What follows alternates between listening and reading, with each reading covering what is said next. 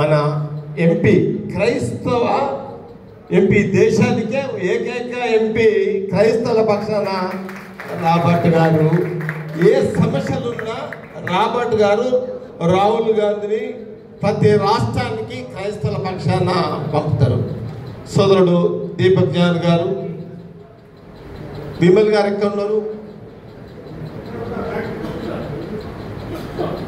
ఈరోజు సమయం అవుతుందని చెప్పేసి పెద్దలు చెప్తా ఉన్నారు. జూబ్లీహిల్స్ నామినేషన్ టైం అవుతుంది.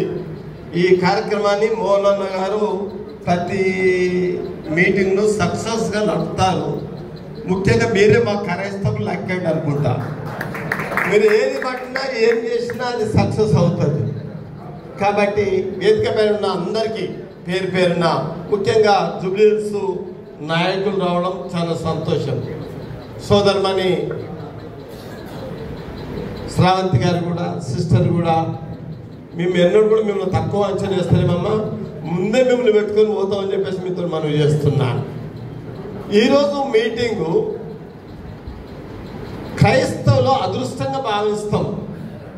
ఎందుకంటే ఈ రాష్ట్రంలో క్రైస్తవులకు ఎప్పుడు కూడా క్రైస్తవ మంత్రి లేడు. మైనారిటీ ముస్లిం మంత్రి ఉంటుండే, ఇంకోళ్ళు ఉంటుండే కానీ మొట్టమొదటిసారి క్రైస్తవులకు మైనారిటీ మంత్రిగా మనం రావడం కాంగ్రెస్లో ఒక ఆనందం. ఎందుకంటే క్రైస్తవుల పక్షంగా ఉండి మాట్లాడే వ్యక్తి, మాట్లాడడం కాదు, స్ట్రగుల్ కింది స్థాయి నుంచి వచ్చిండు. సర్పంచ్, ఎంపీటీసీ, జిల్లా చైర్మన్, జెడ్పీటీసీ, ఎమ్మెల్యే అన్నీ చేసుకుంటూ వచ్చిండు.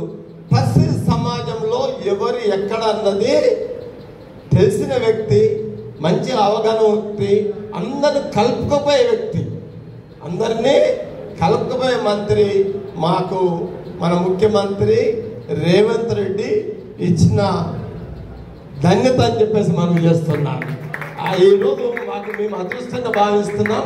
మీరు ఖచ్చితంగా మొట్టమొదటిసారి మీరు వచ్చిన తర్వాత జూబ్లీహిల్స్ ఎలక్షన్స్ రావడం సంతోషం. ఇది శుభ సూచకం.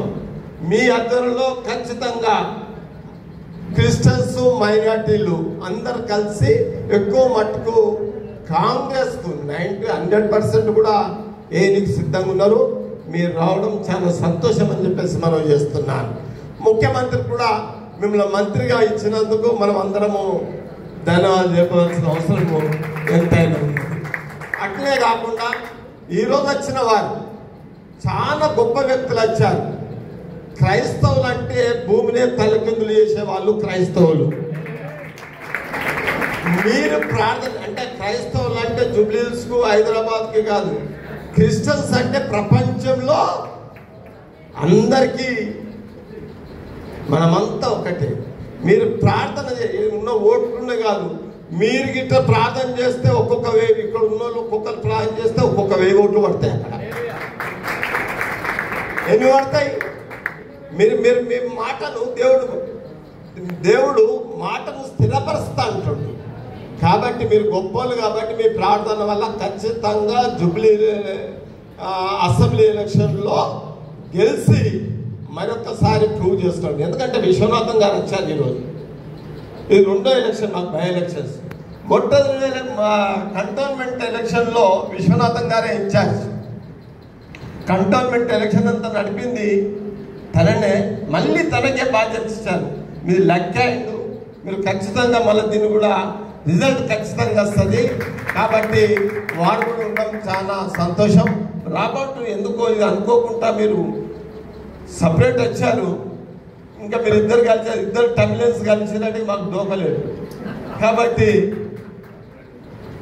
మనము అందరం కలిసికట్టుగా పనిచేద్దాం, ఖచ్చితంగా రిజల్ట్ తీసుకొద్దాం.